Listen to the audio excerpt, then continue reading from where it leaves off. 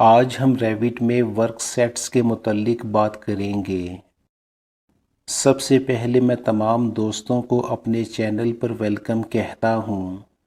जो दोस्त मेरे चैनल पर नए हैं वो सब्सक्राइब कर लें और बेल आइकन प्रेस कर लें ताकि हर नई आने वाली वीडियो इनको मिलती रहे। लाइक एंड शेयर करना ना भूलिएगा। वर्कसेट्स एक कोलैबोरेटिव टूल या बाहमी ताउन का टूल है जो वर्क शेयर्ड प्रोजेक्ट यानी सेंट्रल मॉडल में मल्टीपल एलिमेंट्स को मल्टीपल यूज़र के ज़रिए एक ही वक्त में कंट्रोल करने का तरीका फ़राहम करता है और काम करने की इजाज़त देता है। वर्कसेट्स में फ़ाइल की डिवीज़न सिर्फ फ़ाइल में वर्क शेयरिंग को अनेबल करने की सूरत में दस्तयाब होगी। जब फाइल में कोलैबोरेटिव वर्क एनेबल किया जाता है तो हर एलिमेंट सिर्फ एक वर्क सेट में होता है। एक एलिमेंट को मल्टीपल वर्क सेट्स में रखना मुमकिन नहीं होता। प्रोजेक्ट में काम करने के लिए यूज़र्स को एक मखसूस फंक्शनल एरिया असाइन किया जाता है और इस बुनियाद पर वर्क सेट्स बनाए जाते हैं।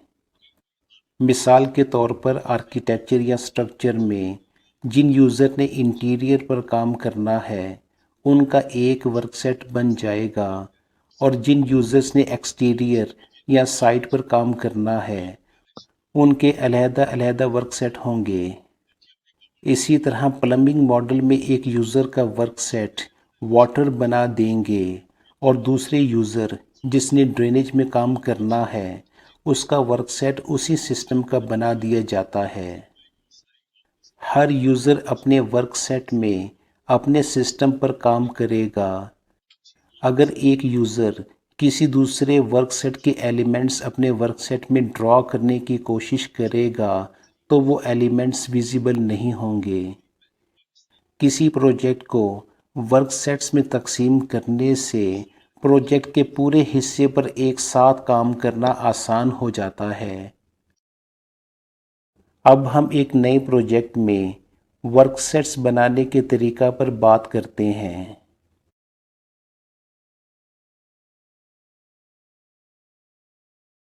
वर्क सेट्स कोलैबोरेटिव टैब के मैनेज कोलैबोरेशन पैनल में मौजूद होता है। यही टूल हम स्टेटस बार में भी पाते हैं। वर्क शेयरिंग एनेबल करने के लिए जब आप इस टूल को प्रेस करते हैं तो work sharing dialogue box appear होता है। इसमें ऑटोमेटिकली दो वर्क सेट्स बन जाते हैं। पहला work set shared level and grids है।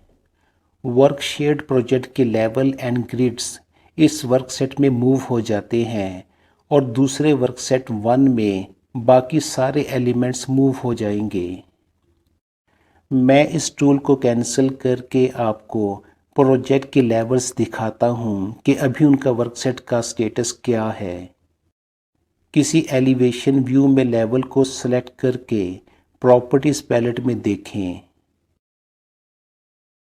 वर्क सेट्स की कोई इन्फॉर्मेशन नहीं मिलेगी। अब हम कोलैबोरेटिव वर्क एनेबल करते हैं तो work set dialogue box open हो जाएगा। अब मैं इस स्टैंड अलोन फाइल को सेंट्रल फाइल बना लेता हूँ।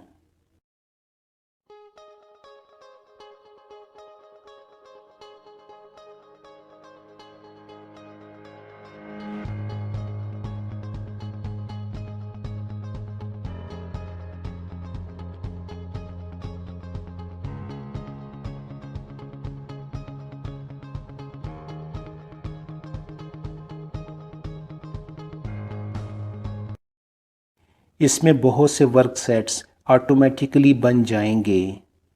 हम सबसे पहले यूज़र क्रिएटेड वर्क सेट्स की बात करते हैं। कोलैबोरेटिव वर्क एनेबल करने से दो वर्क सेट बने थे जिसमें पहला लेवल एंड ग्रिड्स का वर्क सेट था। बाकी सारे एलिमेंट्स दूसरे वर्क सेट 1 में शामिल हो जाएंगे। अगर अब मैं एलिवेशन व्यू में जाके लेवल का वर्क सेट प्रॉपर्टीज़ पैलेट में देखूंगा तो इसका वर्क सेट शो होगा। हम दोबारा वर्क सेट्स डायलॉग बॉक्स को एक्सेस करते हैं। जिस वर्क सेट को हम एक्टिव रखना चाहते हैं उसकी सिलेक्शन हम ड्रॉप डाउन से कर सकते हैं।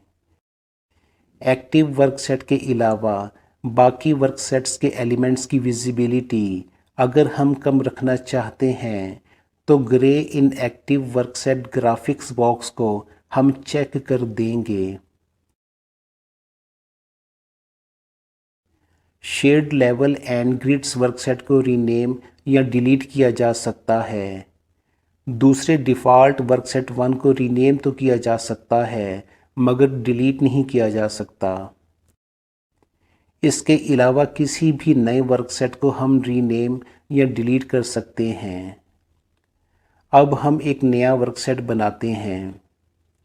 मिसाल के तौर पर हम प्लम्बिंग मॉडल में काम कर रहे हैं और हमने 2 वर्कसेट वाटर और ड्रेनेज बनाने हैं ताकि एक यूज़र वाटर सिस्टम में काम करे और दूसरा यूज़र ड्रेनेज सिस्टम पर। तो नया वर्कसेट बनाने के लिए हम न्यू बटन को प्रेस करेंगे। न्यू वर्कसेट बार अपीयर होगी। इसमें हम वाटर का वर्कसेट बनाते हैं। Visible in all views box check रखने से वर्कसेट हर व्यू में अपीयर होगा। इंडिविजुअल व्यू में वर्कसेट कंट्रोल करने का तरीका मैं कुछ देर बाद बताता हूँ। इसी तरह ड्रेनेज का वर्कसेट बनाते हैं।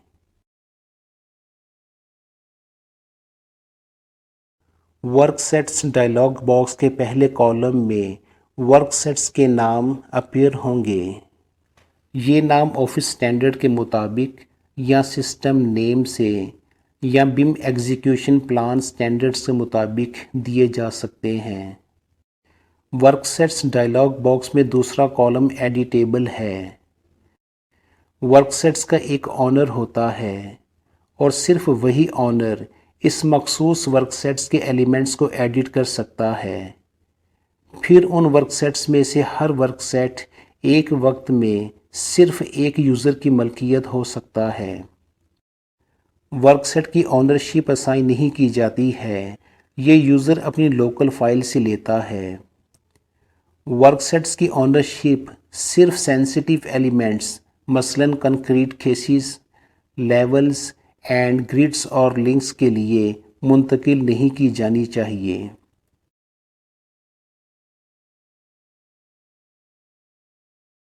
एडिटेबल वर्कसेट को अगर हम 9 पर सेट करें तो वो नॉन एडिटेबल वर्कसेट बन जाता है।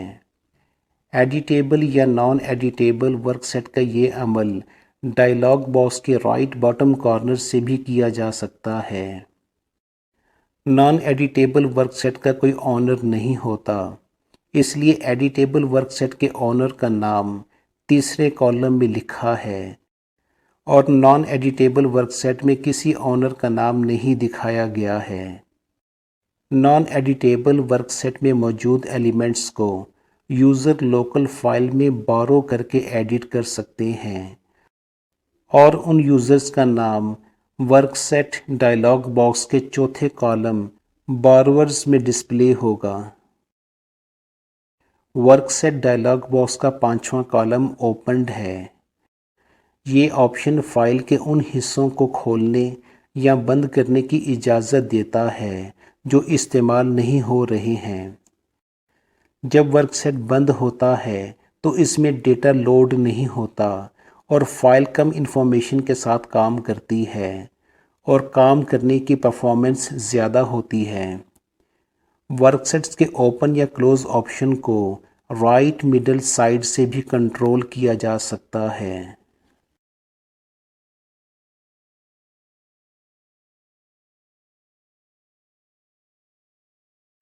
जब हम वर्कशेयर प्रोजेक्ट को ओपन करते हैं तो ओपन बटन के साथ एक वर्कसेट ड्रॉप डाउन बटन भी होता है जिससे हम वर्कसेट के मुख्तलिफ ऑप्शंस के साथ प्रोजेक्ट को ओपन कर सकते हैं। इसके बाद वर्क सेट्स का छठा और लास्ट कॉलम विजिबल इन व्यूज़ है। अगर हम work set visible in all views को चेक करेंगे तो वर्क सेट हर व्यू में अपीयर होगा, वरना हर व्यू में इसकी अपीयरेंस शो या हाइड करनी पड़ेगी। न्यू बटन से कोई नया वर्क सेट बनाया जा सकता है। डिफ़ॉल्ट वर्क सेट 1 के अलावा आप कोई भी वर्क सेट डिलीट कर सकते हैं। वर्क सेट सिर्फ इसी सूरत में डिलीट हो सकता है जब वो एडिटेबल हो। जब आप किसी वर्क सेट को डिलीट करते हैं तो ये आपको दो ऑप्शंस देता है। पहले ऑप्शन में जिस वर्क सेट को आप डिलीट करना चाहते हैं तो उस वर्क सेट के अंदर एलिमेंट्स भी उस वर्क सेट के साथ डिलीट हो जाएंगे। दूसरे ऑप्शन में आप इन एलिमेंट्स को किसी दूसरे वर्क सेट में मूव कर देंगे। ड्रॉप डाउन मेन्यू में आप जिस वर्क सेट को सेलेक्ट करेंगे एलिमेंट्स उस वर्क सेट में मूव हो जाएंगे। रीनेम बटन से यूज़र क्रिएटेड वर्क सेट का नाम तब्दील किया जा सकता है। ये सिर्फ इस सूरत में किया जा सकता है जब वर्क सेट उसके ऑनर के ज़रिए एडिटेबल हो। यूज़र क्रिएटेड वर्क सेट को अनचेक करके project standards work set display कर लें। इन तमाम वर्क सेट को भी आप उसी तरह कंट्रोल कर सकते हैं जिस तरह हमने यूज़र क्रिएटेड वर्क सेट्स को कंट्रोल किया है। इसी तरह इस प्रोजेक्ट में लोडेड फैमिलीज़ के वर्क सेट का कंट्रोल बनाया जा सकता है और व्यूज़ के वर्क सेट को भी इसी तरह मैनेज किया जा सकता है।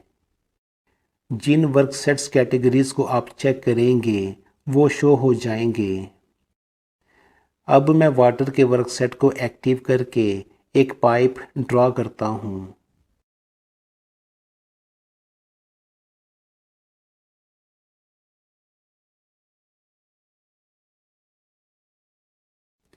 मुझे ड्राइंग वर्किंग एरिया में पाइप नज़र आ रहा है। पाइप का वर्क सेट प्रॉपर्टीज पैलेट से भी देखा जा सकता है। अगर प्रॉपर्टीज पैलेट से पाइप का वर्क सेट तब्दील कर दूं तो ऑब्जेक्ट हाइड हो जाएगा, क्योंकि अब ये वाटर के वर्क सेट से निकल चुका है। इसी तरह आपने हर ऑब्जेक्ट उसके प्रॉपर वर्क सेट में रखने हैं। अब एक प्रोजेक्ट के अंदर वर्क सेट्स को इस्तेमाल करने के कुछ और तरीके बताता हूँ। लेवल्स और ग्रिड्स को आपने उसके work set level and grids में रखना है। वर्क सेट 1 में आपने आर्किटेक्चर और स्ट्रक्चर लिंक मॉडल रखने हैं क्योंकि ये आपको हर व्यू में चाहिए। एलिमेंट्स को सिस्टम के हिसाब से उनके रेलिवेंट वर्क सेट में रखना है। मिसाल के तौर पर आप प्लम्बिंग मॉडल में काम कर रहे हैं तो वाटर के एलिमेंट्स वाटर के वर्क सेट में और ड्रेनेज के एलिमेंट्स ड्रेनेज के वर्क सेट में रखने हैं ताकि हर सिस्टम के एलिमेंट्स अपने अपने वर्क सेट में ही अपीयर हों। इसके बाद कोऑर्डिनेशन के मकसद के लिए आपको मुख्तलिफ मॉडल्स लिंक करने पड़ते हैं। जैसे आप HVAC मॉडल में काम कर रहे हैं तो वाटर, ड्रेनेज और फायर मॉडल्स वगैरह आपको लिंक करने पड़ते हैं। आपने हर लिंक का एक वर्क सेट बना लेना है, मसलन लिंक HVAC। जब आप HVAC मॉडल लिंक करेंगे तो आपने इस लिंक मॉडल को लिंक HVAC वर्क सेट में रखना है। अब इस लिंक की विजिबिलिटी आपको किसी व्यू में चाहिए और किसी व्यू में इसकी ज़रूरत नहीं है, तो इसको कंट्रोल करने के दो तरीके हैं, व्यू टेम्पलेट के साथ और व्यू टेम्पलेट के बगैर। पहले तरीके व्यू टेम्पलेट के साथ में वर्क सेट्स व्यू टेम्पलेट में चेक बॉक्स से इंक्लूड होने चाहिए। आपने इसकी वैल्यू एडिट करनी है और वर्क सेट के अगेंस्ट इसकी सेटिंग्स हाइड या शो करनी है। अगर आप किसी वर्क सेट को व्यू में देखना चाहते हैं तो ड्रॉप डाउन से शो कर दें, और किसी व्यू में आप कोई वर्क सेट नहीं देखना चाहते तो उसको हाइड कर दें। Use global settings work sets dialogue box में छठा column visible in all views check box को रिप्रेजेंट करता है। अगर आपने वर्क सेट में visible in all views box को चेक किया है तो यहाँ पर use global settings visible appear होगा और ये वर्क सेट हर व्यू में नज़र आएगा। इसके बरक्स वर्क सेट में visible in all views box को अनचेक रखने से use global settings not visible आएगा, यानी ये वर्क सेट किसी भी व्यू में नज़र नहीं आएगा। नीचे सिलेक्शन में ऑल का बटन प्रेस करने से तमाम वर्क सेट सिलेक्ट हो जाएंगे। नन बटन सिलेक्ट करने से तमाम वर्क सेट डीसिलेक्ट हो जाएंगे। एक वर्क सेट को भी आप सिलेक्ट कर सकते हैं। अगर सिलेक्टेड वर्क सेट को डीसिलेक्ट करना चाहते हैं और दूसरे तमाम वर्क सेट्स को सेलेक्ट करना है तो इन्वर्ट का बटन प्रेस कर दें। दूसरे तरीका में अगर आपने व्यू टेम्पलेट अप्लाई नहीं की तो इसके लिए आपने विजिबिलिटी ग्राफिक्स सेक्शन में जाना है। इसका तरीका ये है कि व्यू टैब के ग्राफिक्स पैनल में विजिबिलिटी ग्राफिक्स टूल है, इसको सेलेक्ट करें या कीबोर्ड से इसकी शॉर्टकट की W पंच करें। विजिबिलिटी ग्राफिक्स डायलॉग बॉक्स के लास्ट सेक्शन वर्क सेट को एक्सेस करें और किसी भी वर्क सेट की विजिबिलिटी सेटिंग्स को कंट्रोल करें। अगर आप किसी दूसरे यूज़र के वर्क सेट एलिमेंट्स को एडिट करना चाहते हैं तो रेविट आपको परमिशन डायलॉग बॉक्स दिखाएगा जिसमें आप उस एलिमेंट के वर्क सेट और उस वर्क सेट के ऑनर की इंफॉर्मेशन देख सकते हैं। उस एलिमेंट को एडिट करने के लिए आप उस एलिमेंट के वर्क सेट ऑनर से रिक्वेस्ट करेंगे। वर्क सेट ऑनर को एडिट रिक्वेस्ट डायलॉग बॉक्स मिलेगा जिसमें उस एलिमेंट की तफसील और उस यूज़र का नाम होगा जो इस एलिमेंट को एडिट करना चाहता है। Work set owner show button से उस एलिमेंट को देख सकता है और उसके पास ये हक है कि वो इस रिक्वेस्ट को ग्रांट या डिनाई कर दे। पूरे दिन के इख्तिताम पर जब आप सिस्टम को बंद करना चाहते हैं तो रेविट क्लोज करने से पहले आपने मॉडल को कोलैबोरेटिव टैब से सिंक्रोनाइज करने के बाद रिलिंक्विश ऑल माइन करना है। इससे आप अपने गैर इस्तेमाल शुदा वर्क सेट्स की ऑनरशिप को दूसरे यूज़र के लिए छोड़ देते हैं। मैंने मॉडलर्स को ये गलती बहुत ज़्यादा करते देखा है कि वो पहले रिलिंक्विश ऑल माइन करते हैं फिर मॉडल को सिंक्रोनाइज करते हैं। आपने इस बात का ख़ास ख्याल रखना है कि सिंक्रोनाइज करने के बाद रिलिंक्विश ऑल माइन टूल इस्तेमाल करना है। आज के लेक्चर में हमने रेविट में वर्क सेट्स को डिस्कस किया। मुझे उम्मीद है कि ये टॉपिक आपको समझ आ गया होगा। मज़ीद एजुकेशनल वीडियोस के लिए देखते रहिए बिम टॉक्स।